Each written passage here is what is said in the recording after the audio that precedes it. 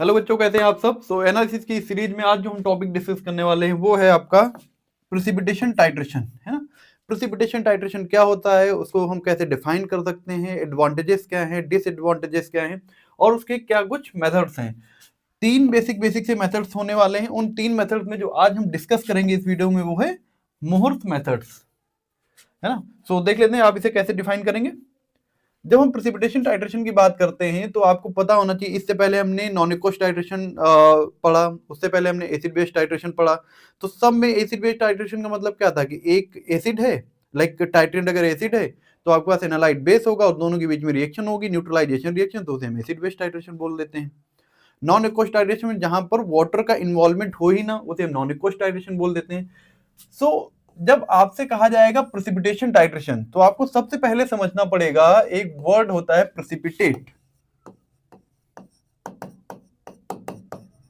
Precipitate आपको समझना पड़ेगा कि प्रेसिपिटेट क्या होता है और उससे आपको पता चलेगा कि प्रेसिपिटेशन टाइट्रेशन या फिर प्रेसिपिटेशन रिएक्शन क्या होती है। प्रेसिपिटेट की अगर हम बेसिक सी बात करें, in a reaction, okay, during the reaction, जब एक रिएक्टेंट दूसरे रिएक्टेंट से रिएक्ट करता है तो उस रिएक्शन में अगर कोई एक इनसॉल्युबल सॉलिड मास का फॉर्मेशन होता है at the bottom of the flask, जहां पर रिएक्शन चल रही हो, उसे हम कहते हैं प्रेसिपिटेट। सपोज एग्जांपल आप ऐसे समझिए, यू हैव ब्यूरेट और एक आपके पास कोनिकल फ्लास्क है। यहां पर मान लेते हैं कि आपने टाइट्रेंट को फिल कर रखा है और यहां पर आपका एनालाइट है। अब इतने सारे लेक्चर्स, इतने सारे पढ़ाई करने के बाद आप समझ गए होंगे कि टाइट्रेंट और एनालाइट क्या होते हैं। तो जब आप टाइट्रेंट यहां पर ऐड करना स्टार्ट करते हैं, उसके बाद में यहां पर इस बॉटम पर क्या होता है, एक सॉलिड या यूं कहें एक इनसॉल्युबल मास का फॉर्मेशन होने लग जाता है। क्यों होने लग जाता है? Between the reaction of titrant and analyte, इन दोनों की रिएक्शन से एक इनसॉल्युबल सॉलिड मास का यहाँ पर बॉटम पे फॉर्मेशन होने लग जाता है। ये जो इनसॉल्युबल मास यहाँ पर बना इसे बोलते हैं प्रेसिपिटेट। क्या बोलते हैं? प्रेसिपिटेट। और ये प्रेसिपिटेट फॉर्म हुआ ड्यूरिंग द टाइट्रेशन। ये प्रेसिपिटेट कब बना? During the titration. That's why this is known as precipitation titration. During the titration there is a formation of precipitate, that's why that kind of titration is known as precipitation titration. तो अब बात कर लेते हैं कि आप इसे कैसे डिफाइन करेंगे और इसका बेसिक यूज क्या है। तो डिफिनेशन से पहले आप समझ लें कि इसका आप कहां पर इस्तेमाल करने वाले हैं। So this titration is basically use for the determination of halides.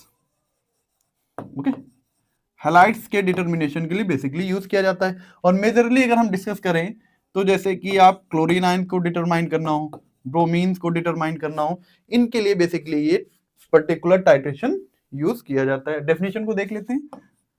Precipitation titration is a volumetric titration, obviously, ठीक है। वॉल्यूमेट्रिक टाइट्रेशन क्या होता है, मुझे उम्मीद है आप सबको पता चल गया होगा, जस्ट बिकॉज हम यहाँ पर टाइट्रेशन का वॉल्यूम मेजर करते हैं।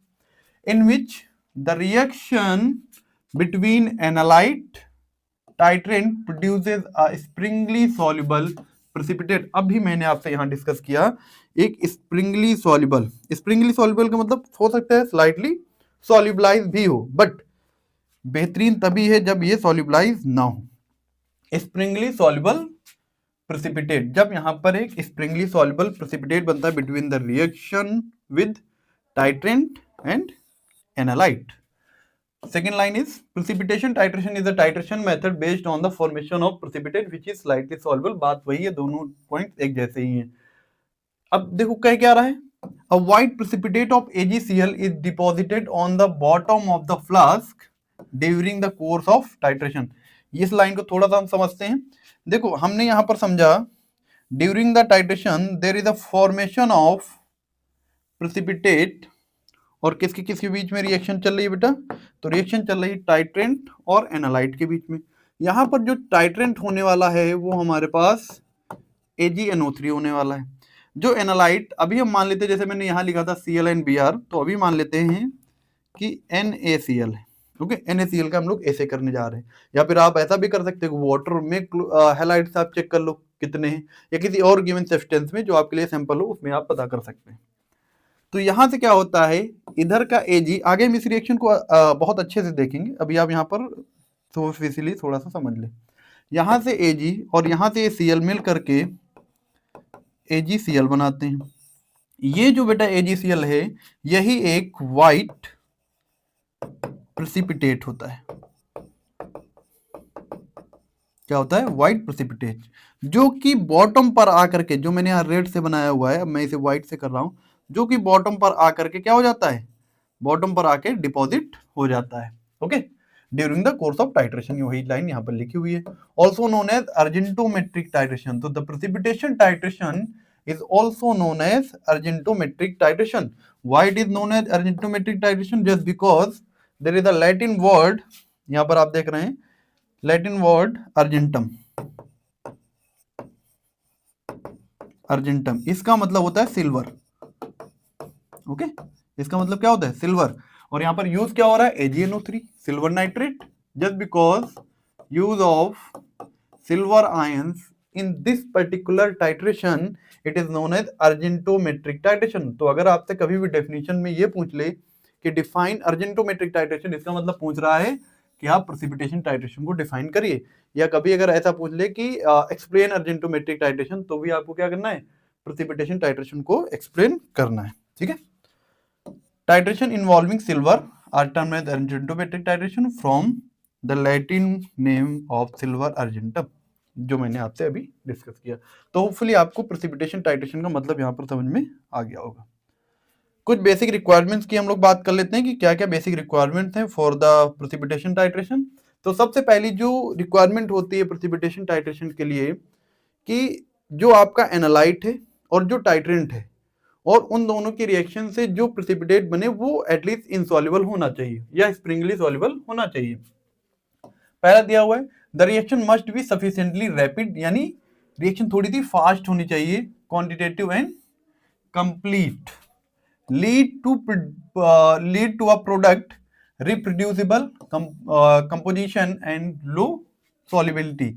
जो इस और इस पॉइंट का लगभग मतलब एक ही है, जो आपका सॉलिड मास बनना चाहिए, जो प्रेसिपिटेट बनना चाहिए, जो अभी मैंने कहा था कोनिकल फ्लास्क में बॉटम पर एक कोनिकल फ्लास्क में प्रेसिपिटेट बनेगा, वो लगभग इनसॉल्युबल होना चाहिए। The titration result should not hampered by adsorption. आगे जब आप पढ़ेंगे तो को प्रेसिपिटेशन पढ़ने वाले हैं, पोस्ट प्रेसिपिटेशन पढ़ने वाले हैं। Okay, so during the titration जो आपका प्रेसिपिटेट बनेगा, ऐसा ना हो कि उसके साथ में कहीं इंप्यूरिटीज भी बहुत ज्यादा प्रेसिपिटेट होती चली जा रही हैं, उसकी वजह से क्या होगा? जो प्रेसिपिटेशन है वो हैम्पर्ड होगा। It must be possible to detect the equivalence point during the titration. Equivalence point भी आप आसानी से डिटरमाइन कर सके ड्यूरिंग द टाइट्रेशन। अब हम डिस्कस करेंगे मोहर्स मेथड के बारे में। मोहर्स मेथड के बारे में, मोहर मेथड की अगर हम बेसिकली बात करें तो मैंने आपसे पहले ही डिस्कस कर लिया कि जो प्रेसिपिटेशन टाइट्रेशन है उसी का एक मेथड है मोहर्स मेथड। इस मोहर मेथड में क्या करते हैं, आपको मैंने पहले ही बता दिया, जो हम लोग टाइट्रेंट यूज करने वाले हैं, रिमेंबर जो आप टाइट्रेंट यूज करने वाले हैं वो AgNO3 यूज करने वाले हैं। अच्छा, अगर हम मोहर्स मेथड की बात करें तो आगे जो हम पढ़ने वाले हैं वो है वोल्हार्ड method, modified Volhard method, फजांद method. तो इस पर्टिकुलर प्रेसिपिटेशन टाइट्रेशन मेथड तो कई सारे हैं, आज जो हम एक मेथड डिस्कस करेंगे वो है मोहर्स मेथड। अब यहां पर हमने कहा टाइट्रेंट क्या है आपके पास? AgNO3। और वहीं पर जो एनालाइट बेसिकली हम यूज करते हैं, एनालाइट हम यूज करते हैं आपका like NaCl, NaBr, KBr, KCl etcetera etcetera, है ना। अब आप कह सकते हैं सर KI भी तो यूज कर सकते हैं, या यूं कह दे कि आयोडाइड के आयंस या फिर आयोडाइड। तो ऐसा हम नहीं कर सकते इस पर्टिकुलर मेथड में, जस्ट बिकॉज जो प्रेसिपिटेट बनता है ना वो AgCl का प्रेसिपिटेट बनता है, उसका कलर व्हाइट होता है, फिर क्रोमेट आयन का यूज करते हैं, ठीक है ना। और उन क्रोमेट आयन के साथ में फिर एक सिल्वर का आपका प्रेसिपिटेट बनता है जो कि एंड पॉइंट दिखाता है। लेकिन अगर आप आई से इसकी रिएक्शन करवा देंगे तो ये खुद ही एक कलर्ड, डिफरेंट कलर्ड PPT बना देगा, आप एंड पॉइंट ही नहीं निकाल पाएंगे, पता ही नहीं चलेगा, है ना, एंड पॉइंट का। तो हम जो सिंपली यूज करते हैं वो इनके डिटेक्शन के लिए हम बेसिकली यूज करते हैं। तो ये चीज होगी। बात आती है फिर इंडिकेटर की, जो कि बहुत ही इंपॉर्टेंट चीज। और यहां पर जो इंडिकेटर यूज करते हैं क्रोमेट आयंस का यूज करते हैं, तो यहीं कहीं लिखा होगा potassium chromate. Okay, like this here K2CrO4, K2CrO4 का हम यूज करते हैं पोटेशियम क्रोमेट। अब अगर आपने इतनी सारी चीजें याद कर ली है, तो ये एक दो पॉइंट है छोटे छोटे, इनको आपको याद करना है और आपकी रिएक्शन बहुत आसानी से हो जाएगी। देखो, पहले तो ये लाइंस पढ़ लो, फिर मैं मेथोडोलॉजी पे थोड़ा सा आपसे डिस्कशन करूंगा। This is the Mohr's method is given by the German scientist Carl Friedrich Mohr. Okay, this is a direct titration. ये एक डायरेक्ट टाइट्रेशन है। और डायरेक्ट टाइट्रेशन क्या होता है, तो हम लोग आगे जब वोल्हार्ड मेथड पढ़ेंगे तो वो एक तरह का बैक टाइट्रेशन है, या उसी को इनडायरेक्ट टाइट्रेशन भी कहते हैं। डायरेक्ट टाइट्रेशन क्या होता है, सिंपली हमने टाइट्रेन लिया, एनालाइट लिया, इंडिकेटर इंटरनल इंडिकेटर लिया और आगे टाइट्रेशन करना स्टार्ट कर दिया, एंड पॉइंट मिल जाएगा। इसे कहते हैं direct titration. This method is used for the estimation of chloride and bromide ion, जो कि मैंने यहाँ पर लिख दिए हैं। तो यहाँ पर एंड पॉइंट में आपको क्या होगा, एक red like brick red colour की पीपीटी मिलेगी, तो हमें पता चल जाएगा वहां पर हमें एंड पॉइंट मिल गया है। अब इसमें कौन सी रिएक्शन इन्वॉल्व होती है, मेथोडोलॉजी कैसी, वो थोड़ी सी चीजें हम लोग यहाँ पर देख लेते हैं। तो जैसा कि मैंने आपसे पहले ही कहा, this particular method is used for the chloride and bromide ions, chloride and bromide ions. अब बात समझिए, इसको एक तो हम क्या कहते हैं, अर्जेंटोमेट्रिक टाइट्रेशन कहते हैं। क्यों कहते हैं, तो आपको पता ही चल गया है कि क्यों कहते हैं। यहां पर क्या होगा, सिंपली हमारे पास एक ब्यूरेट होगी और एक कोनिकल फ्लास्क होगा। ब्यूरेट में मैंने अभी आपसे कहा, आपके पास टाइट्रेंट AgNO3 होगा। यहाँ पर जो एनालाइट है, मान के चलते हैं अभी के लिए NaCl है। और इंडिकेटर भी आपको पता है, तो इंडिकेटर को थोड़ा दूसरे कलर से यहाँ पर दिखा दिया जाता है, लाइक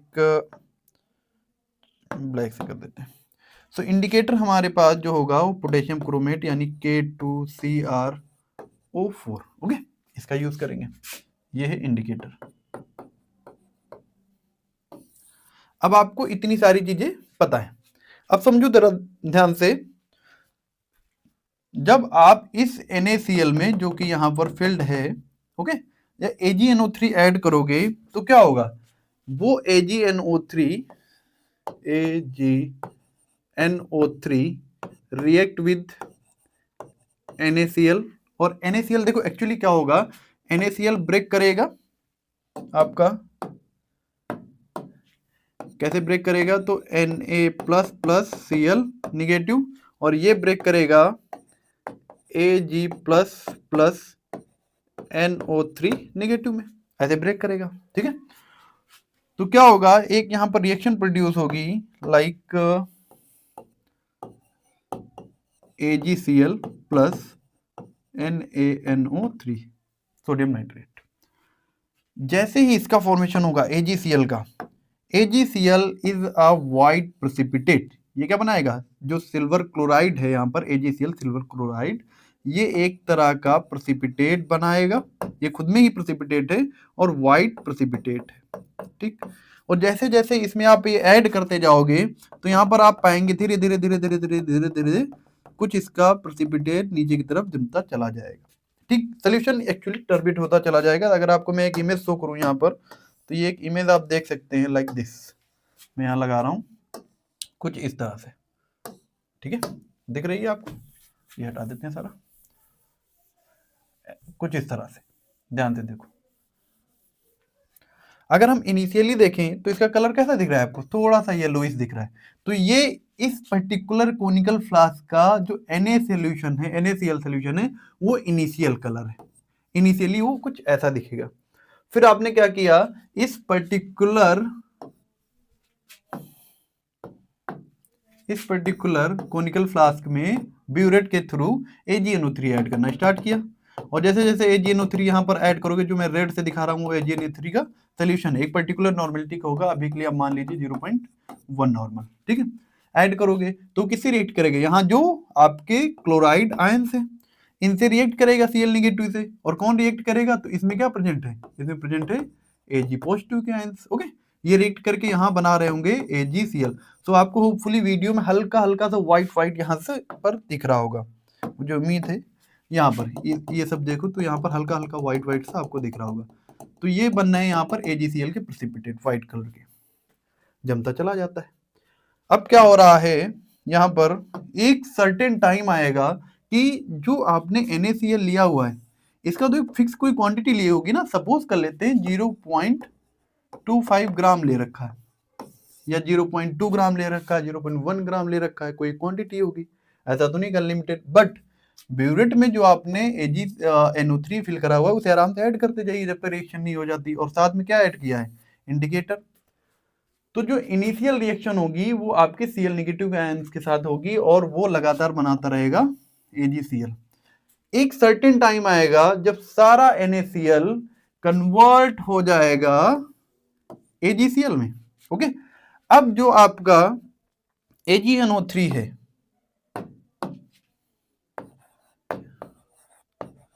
वो रिएक्ट करेगा आपके इंडिकेटर K2CrO4 से।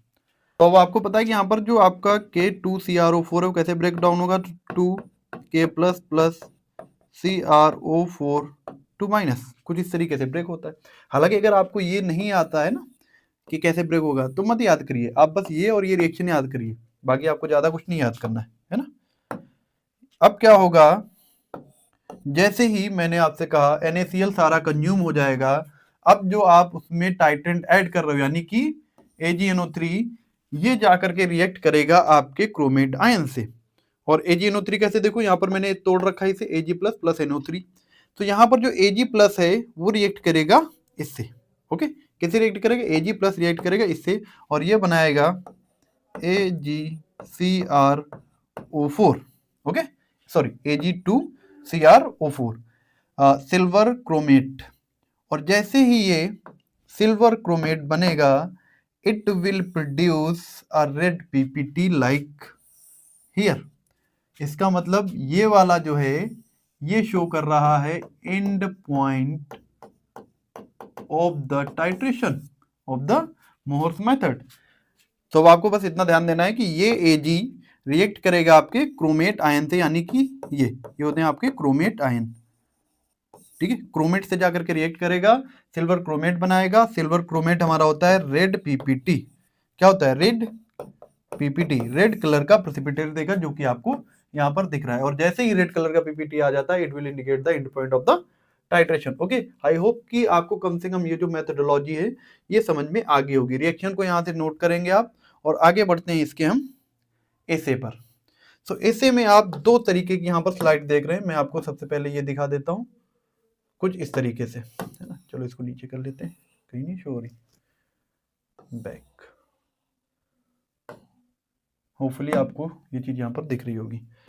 ऐसे में आपको दो तीन चीजें यहाँ पर दिखाई गई हैं, like preparation of K2CrO4 that is the indicator. Okay, preparation of AgNO3 this is titrant.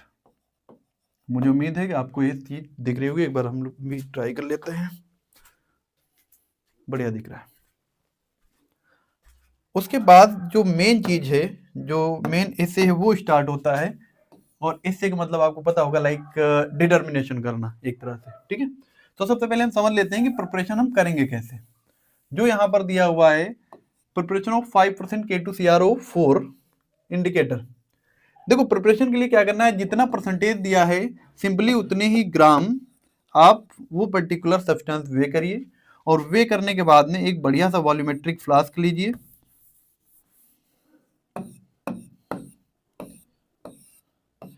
और ये जो वॉल्यूमेट्रिक फ्लास्क होगा इसकी जो कैपेसिटी होनी चाहिए वो कैपेसिटी होनी चाहिए 100 ml। कितनी होनी चाहिए, 100 ml। ठीक, बढ़िया बन गया। इसमें क्या करना है, हमें ये 5 ग्राम ऐड करना है और ऐड करने के बाद में कुछ अमाउंट में यहां तक आप पानी फिल कर लीजिए। ओके, और फिल करने के बाद में इसे अच्छे से शेक करिए जब तक आपका ये K2CrO4 डिसॉल्व नहीं हो जाता। समटाइम कुछ केसेस में जैसे स्टार्च का सोल्यूशन हम बना रहे होते हैं तो जल्दी से डिसॉल्व नहीं होता है, नहीं होता तो हम क्या कर लेते हैं, उसको हीट कर लेते हैं थोड़ा सा। तो आप वो भी कर सकते हैं प्रोसेस। इसमें ऐड करने के बाद आप इसे बढ़िया से शेक करेंगे। शेक करने के बाद जब ये डिसॉल्व हो जाएगा आपका K2CrO4 उसके बाद आप क्या करेंगे, इसमें यहां तक जो कि इंडिकेट करता है 100 ml को, उतना आप सॉल्वेंट फिल कर देंगे। सॉल्वेंट यहां पर जो सॉल्वेंट लेंगे सिंपली हम वाटर ले लेंगे। Again preparation of 0.1 normal AgNO3। So hopefully मैंने आपको जब मेथड ऑफ एक्सप्रेसिंग कंसंट्रेशन पढ़ाया है तो वहां पर मैंने आपको बताया हुआ है कि 0.1 नॉर्मल AgNO3 या कोई और जो दूसरा सब्सटेंस है वो कैसे बनेगा। तो मैं अब इसकी कैलकुलेशन यहां पर नहीं बताने वाला। अगर आपको कैसे ये सोल्यूशन बनाते हैं ये चीज जाननी हो तो आप मेथड ऑफ एक्सप्रेसिंग कंसंट्रेशन वाला वीडियो देख सकते हैं। Simply weigh 16.9 gram AgNO3 and make up the volume up to 1000 ml। Okay, इतना ले करके हम एक 1000 ml सोल्यूशन मेकअप कर देंगे, वॉल्यूम मेकअप कर देंगे, तो जो सोल्यूशन हमें मिलेगा वो 0.1 नॉर्मल AgNO3 का मिलेगा। तो होपफुली आप ये चीज समझ गए होंगे।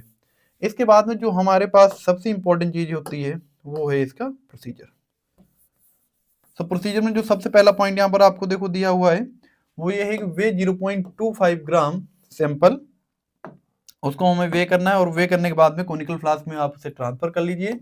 Add 25 ml distilled water and shake well to dissolve that particular NaCl and again add 25 ml distilled water. Add 1 ml 5% potassium chromate, और जो कि वर्क करने वाला है एज इंडिकेटर। तो अभी मैंने आपको जैसे कि पीछे दिखाया था, चलो पहले यहाँ डिस्कस कर लेते हैं। इंडिकेटर ऐड करने के बाद हमें क्या करना है, now titrate the above solution with standard 0.1 normal AgNO3 solution till the brown precipitate, या फिर रेड PPT, या कई जगह लिखा होगा ब्रिक रेड PPT ना मिल जाए। Note the reading and calculate. Okay, अब देखो क्या होगा, एंड पॉइंट आपको कैसा दिखाई देगा। तो एंड पॉइंट जो आप यहां देख पा रहे हैं, नाउ से यहां पर आपको इनिशियली येलो कलर मिलेगा, देन व्हाइट PPT आना स्टार्ट होगा, और उसके बाद एंड में आपको क्या होगा, एक रेड कलर का प्रेसिपिटेट वाला सोल्यूशन मिल जाएगा। जैसे ही रेड कलर का प्रेसिपिटेट वाला सोल्यूशन मिलेगा, you can say that there is the end point is appeared. अब बात आती है कि आप कैसे कैलकुलेट करेंगे। सो कैलकुलेट करने के लिए दो तीन चीजें हो सकती है। जैसे आप सिंपली NaCl को ऐसे कर रहे थे, है ना, NaCl की कंसंट्रेशन का पता कर रहे थे, तो फिर हमें क्या करना है, हमें फिर तो सीधे N1V1 equal to N2V2 formula लगा के निकाल सकते हैं। लेकिन सपोज करिए कि आप सिर्फ क्लोराइड आयन का अगर निकाल रहे थे, है ना, आप अगर सिर्फ क्लोराइड आयन का निकाल रहे थे, लिखेंगे यहां पर क्लोराइड आयन mg पर लीटर इक्वल टू, अब यहाँ पर A माइनस बी भी कई जगह आपको लिखा दिख जाएगा, कई जगह V1 माइनस V2 लिखा मिल जाएगा।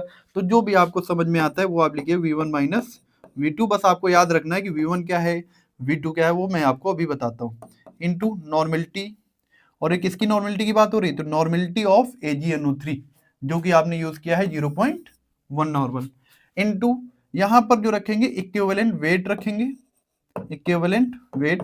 और किसका इक्विवेलेंट वेट, तो यहाँ पर जो इक्विवेलेंट वेट होगा हमारा वो होगा आपके क्लोराइड आयन का, ये जो हम लोग निकाल रहे हैं। अब अगर इसी की जगह हम NaCl कर देते तो इक्विवेलेंट वेट रखते NaCl का। ओके, तो ये चीजें आपको ध्यान देनी है।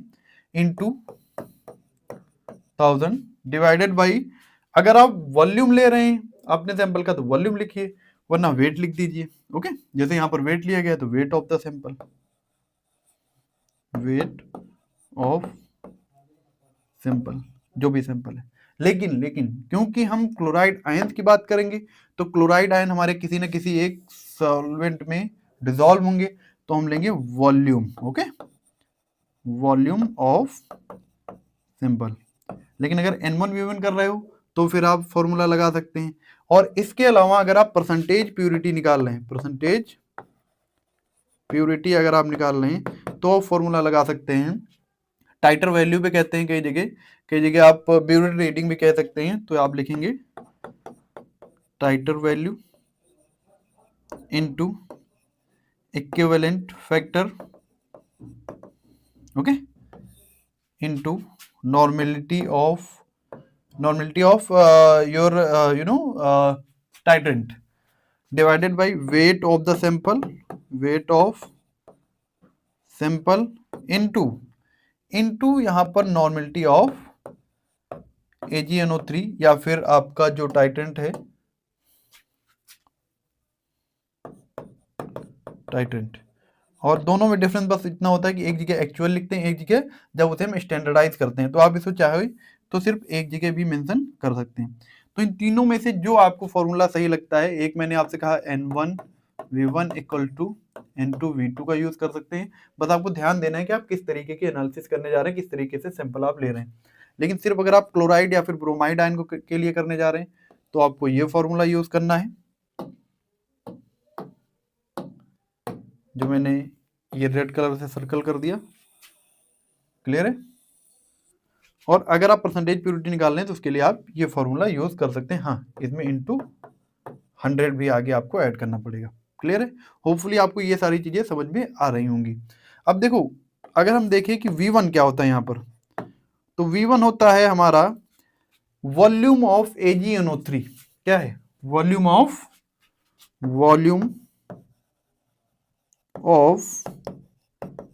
AgNO3 used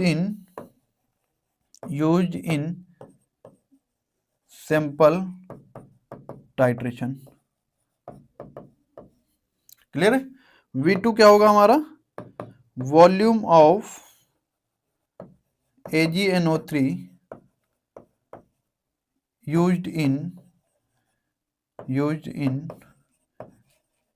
blank titration. Hopefully आप सबको ब्लैंक टाइट्रेशन के बारे में पता होगा। ब्लैंक टाइट्रेशन का मतलब ये है कि जब हमने एनालिसिस में हमने क्या किया था, सबसे पहले ये लिया था 0.25 ग्राम और उसके बाद एनालिसिस करी। लेकिन ब्लैंक में क्या करेंगे हम, मेन वाला जो सैंपल है ना वो लेते ही नहीं, बाकी सारा प्रोसेस वही अपनाते हैं। एन क्या है? N is the normality, N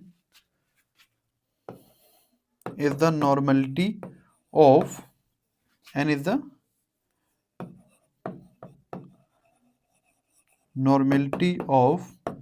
titrant। Okay, and और क्या बचा आपका? ये तो इक्विवेलेंट वेट हो जाएगा।